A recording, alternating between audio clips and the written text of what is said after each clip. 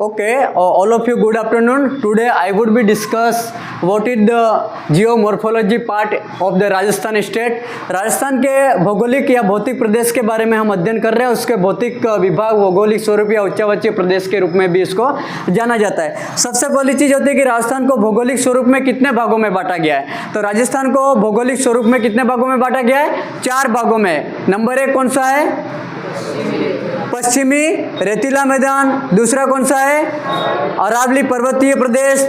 तीसरा पूर्व मैदानी प्रदेश. चौथा दक्षिणी पूर्वी पठारी प्रदेश. जब 4 मोटे रूप में हमने राजस्थान को भौतिक स्वरूप में बांटा है, उसमें भी सबसे जो महत्वपूर्ण जो हमारा अध्ययन का विषय आज वो है पश्चिमी रेतीला मैदान, जिसको थार का मरुस्थल भी कहा जाता है. क्या कहा जाता है? थार का मरुस्थल. संसार के प्राचीन मरुस्थलों में एक जो महत्वपूर्ण जो मरुस्थल है वो कौन सा है? थार का मरुस्थल है. थार के मरुस्थल की उत्पत्ति के बारे में हम संक्षेप में बताना चाहता हूं मैं. तो सबसे पहले जो वर्तमान में जो थार का मरुस्थल है, ये कहीं ना कहीं जब पृथ्वी की उत्पत्ति हुई थी उस समय पेंजिया और जो पेंजिया को 2 भागों में बांटा गया था, अंगारा लैंड और गोंडवाना लैंड, उसके बीच में जो तेथिस सागर का जो अवसाद था, तो जब पृथ्वी पर उथल पुथल हुआ उस समय तेथिस भूसन्नति से हमारा जो मरुस्थल का निर्माण हुआ वो कौन सा है? थार का मरुस्थल. तो थार के मरुस्थल का जब हम बात करते हैं तो उसकी जलवायु दशाएं, उसका जो धरातलीय जो स्ट्रक्चर है, उसका एरिया, उसकी जलवायु के बारे में हमें अध्ययन करना पड़ेगा. जब हम बात करते हैं थार के मरुस्थल या पश्चिमी रेतीले मैदान की, तो यह राजस्थान के कुल भौगोलिक क्षेत्रफल का कितना प्रतिशत है? 61.11% हिस्सा है. कितना है? 61.11% हिस्सा है. लेकिन यहाँ पर जनसंख्या कितनी रहती है? 40%. तो क्या कारण है कि क्षेत्रफल अधिक होने के कारण भी जनसंख्या कम रहती है? तो विषम प्रतिकूल प्राकृतिक जलवायु दशा होने के कारण यहाँ पर जनसंख्या का सघन आवरण कम पाया जाता है. यहाँ का क्षेत्रफल कितना है? लगभग 1,75,000 वर्ग किलोमीटर है. इसकी लंबाई कितनी है? 640 किलोमीटर. चौड़ाई कितनी है इसकी? 300 किलोमीटर. ग्रीष्म काल में अधिकतम तापमान यहाँ पर कितना रहता है? लगभग 49 डिग्री सेल्सियस. शीतकाल में न्यूनतम तापमान कितना रहता है? 0 डिग्री से 3 डिग्री सेल्सियस. इसके थार के मरुस्थल के पूर्वी भाग की तरफ जाते हैं तो 50 सेंटीमीटर वर्षा होती है. इसी मरुस्थल के पश्चिमी भाग में जाते हैं तो कितने सेंटीमीटर वर्षा होती है? 25 सेंटीमीटर. और इसकी औसत वार्षिक वर्षा कितनी है? 25 सेंटीमीटर. वार्षिक तापांतर में कितना अंतर पाया जाता है? 22 डिग्री सेल्सियस का. यहाँ की 3 मुख्य फसल कौन कौन सी है? ज्वार, बाजरा और मोट. यहाँ पर राष्ट्रीय मरु उद्यान विद्यमान है. यहाँ पर इंदिरा गांधी नहर का कैचमेंट एरिया है. उसके साथ में और क्या है? यहाँ पर मरु उद्यान हो गया, इंदिरा गांधी नहर का कैचमेंट एरिया हो गया, और क्या है? बोलिए बोलिए.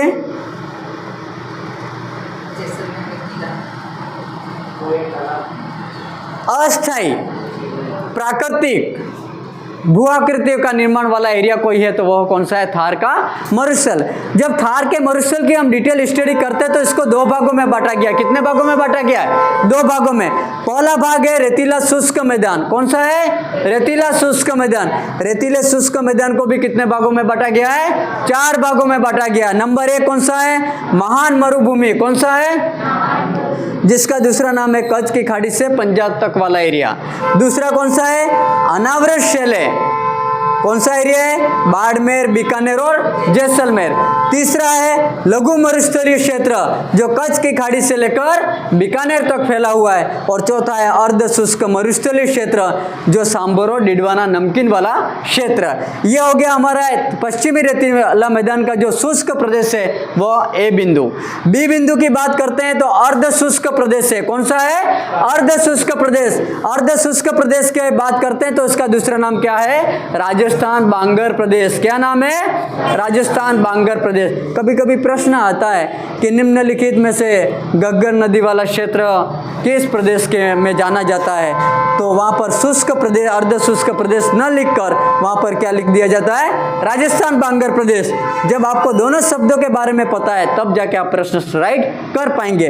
तो अर्ध शुष्क राजस्थान बांगर प्रदेश को भी कितने भागों में बांटा गया है, 4 भागों में बांटा गया है। कितने भागों में बांटा गया है, 4 भागों में बांटा गया है। पहला क्षेत्र कौन सा है, घग्गर नदी का। कौन सा, और आपको पता ही होगा घग्गर नदी के जो इसको क्या बोलते हैं, नाली को, घग्गर नदी के वो होते हैं पार्ट को क्या बोलते हैं, नाली बोलते हैं ना, और मैदानी क्षेत्रों को बग्गी कहते हैं। क्या कहते हैं, बग्गी नहीं बग्गी। तो ये वैदिक कालीन सरस्वती और हिमालय की शिवालिक पहाड़ियों का मिश्रण है। घग्गर नदी जो वर्तमान में है आंतरिक प्रवाह क्षेत्र वाली, वह प्राचीन कालीन सरस्वती नदी का उद्गम क्षेत्र है और वर्तमान में भी है आंतरिक प्रवाह क्षेत्र। दूसरा है आपका शेखावटी क्षेत्र। शेखावटी क्षेत्र में कौन कौन से आएंगे, चूरू, झुंझुनू, सीकर, 3 डिस्ट्रिक्ट तो हैं, साथ में कुछ नागौरी प्रदेश भी है ना, कुछ एरिया नागौर वाला। तीसरा है इसका नागौरी उच्च प्रदेश। कौन सा है, और चौथा है लूनी बेसिन। कौन सा है, लूनी नदी कहाँ से निकलती है, अजमेर के नाग पहाड़ से। कहाँ से निकलती है, अजमेर का नाग पहाड़ अरावली पर्वतमाला का हिस्सा है या नहीं है? क्या है, हिस्सा है। यहाँ पर अरावली पर्वतमाला पूरी है, तो अजमेर के नाग पहाड़ से निकलती है। लेकिन लूनी नदी में बहुत तेज बारिश होती है अजमेर में, तो बाढ़ अजमेर में ना आकर कहाँ आती है, बाड़मेर के बालोतरा या फोर्ट अब्बास वाले क्षेत्र में। क्या कारण है कि पानी तो यहाँ गिरा ज़्यादा लेकिन बाढ़ बाड़मेर में आती है। तो मरुस्थलीय क्षेत्र में आपने देखा होगा पानी एक समान क्षेत्र जगह होती है तो पानी क्या होता है, एक समान हो जाता है तेजी से, और तेजी से ख़त्म भी हो जाता है ना।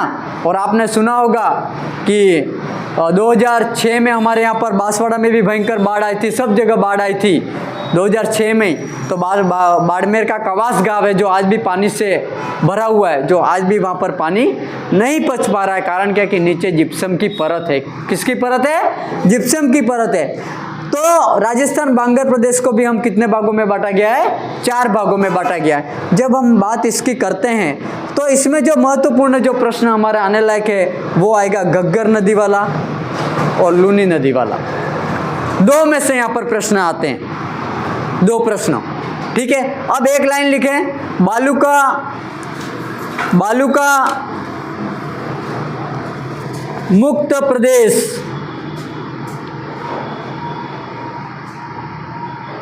बालू का मुक्त या बालू का स्तूप मुक्त प्रदेश, ये लिख देना। बालू का स्तूप मुक्त प्रदेश, बहुत इंपॉर्टेंट लाइन है, लिखे इसमें चांदन प्लस चांदन, ये बहुत इंपॉर्टेंट है, वेरी इंपॉर्टेंट कर देना। चांदन प्लस राठी, सॉरी राठी मत करना, लाठी, लाठी प्लस पोकरण प्लस फलोदी वाला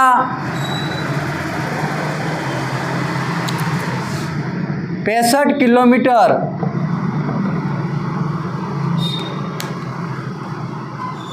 चांदन प्लस लाठी प्लस पोकरण प्लस फलोदी वाला 65 किलोमीटर वाला क्षेत्र बालू का स्तूप युक्त प्रदेश कहलाता है।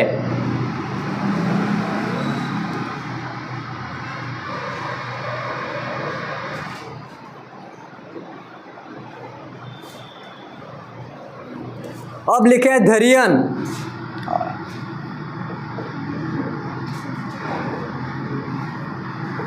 पढ़ा किसी ने?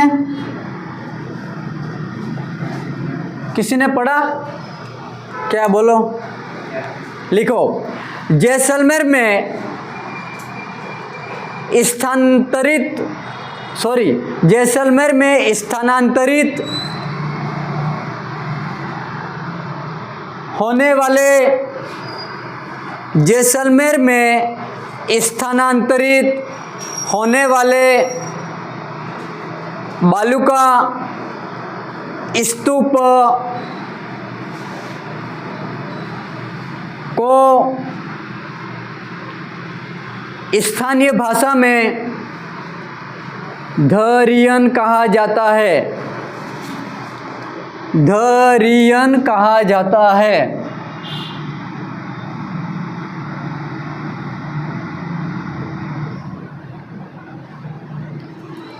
भबूलिया,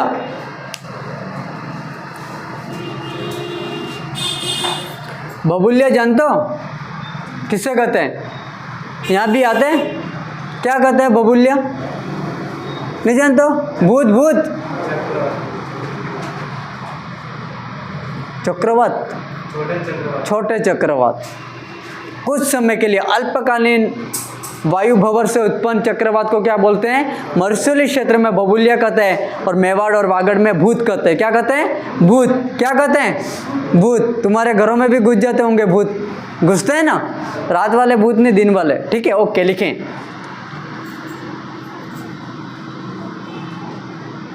छोटे छोटे मरुस्थलीय क्षेत्र में उत्पन्न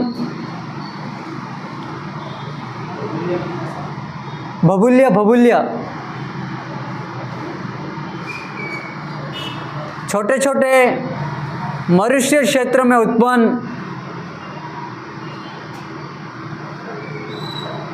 अल्प समयावधि चक्रवात को अल्प समयावधि चक्रवात को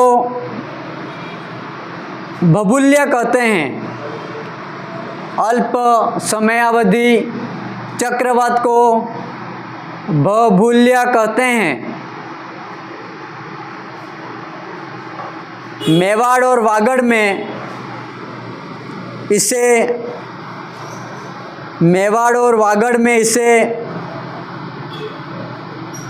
स्थानीय भाषा में भूत कहा जाता है। क्या कहा जाता है? भूत।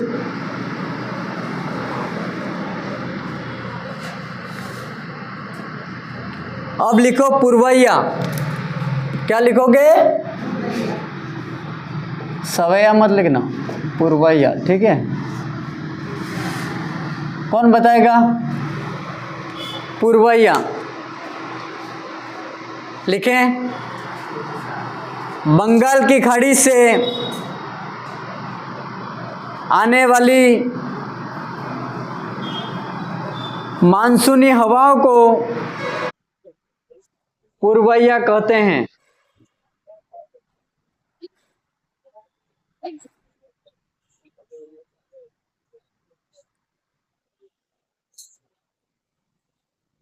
नेक्स्ट लाइन लिखें।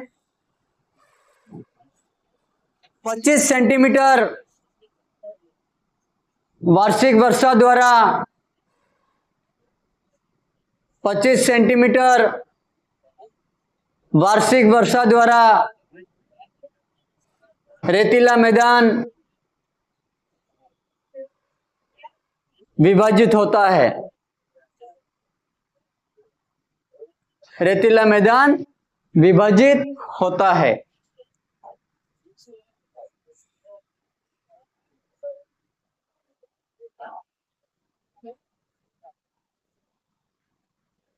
घग्गर नदी को स्थानीय भाषा में घग्गर नदी के पाठ को स्थानीय भाषा में लिखो। घग्गर नदी के पाठ को स्थानीय भाषा में नाली तथा घग्गर नदी के मैदान को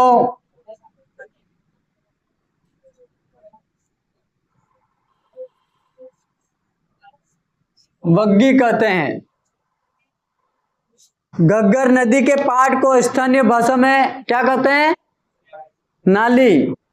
और घग्गर नदी के मैदान को क्या कहते हैं? वग्गी। क्या कहते हैं? वग्गी। आगे लिखें।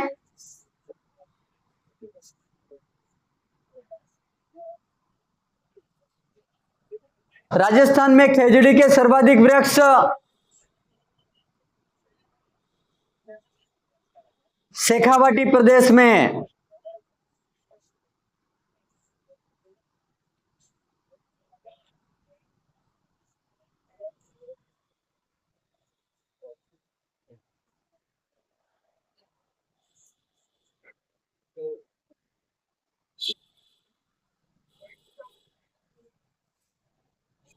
ओके, ठीक है। आज हमने जो मोटे रूप में जो थार का मरुस्थल है, लगभग इसमें कुछ बचा नहीं है। एक एक लाइन के कुछ चीजें इसमें अपन कल डिस्कस करेंगे।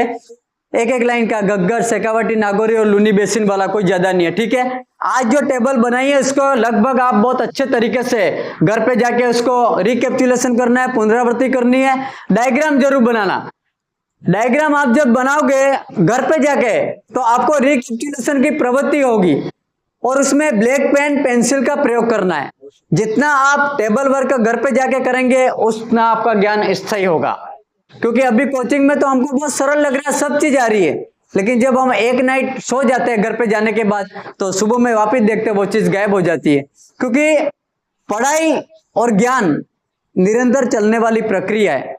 अगर थोड़ा भी ब्रेक हो गया तो उसमें क्या हो जाता है? सीलन लग जाती है। क्या लग जाती है? सीलन। कांच का भी घर है तो 10 दिन बंद रखोगे तो उसमें मकड़ी जाल बना देती है। ठीक उसी प्रकार हमारा माइंड भी ऐसा हो सकता है। इसलिए मैं पुनः निवेदन कर रहा हूं कि जो हमारा जियोमॉर्फोलॉजी जो पार्ट है उसके बारे में जो मैंने आज आपको बताया, पश्चिमी रेतीला मैदान, अरावली पर्वतीय प्रदेश, मैदानी क्षेत्र और दक्षिणी पूर्वी पठारी क्षेत्र, इसको अच्छे से अच्छा तैयार कर लें। और कल वापस आपके 5 मिनट रिकैपिचुलेशन होगा, पुनरावृत्ति होगी। पुनरावृत्ति होने के बाद हमारा जो नेक्स्ट टॉपिक है उसके बारे में हम कल चर्चा करेंगे। All the best, have a nice day.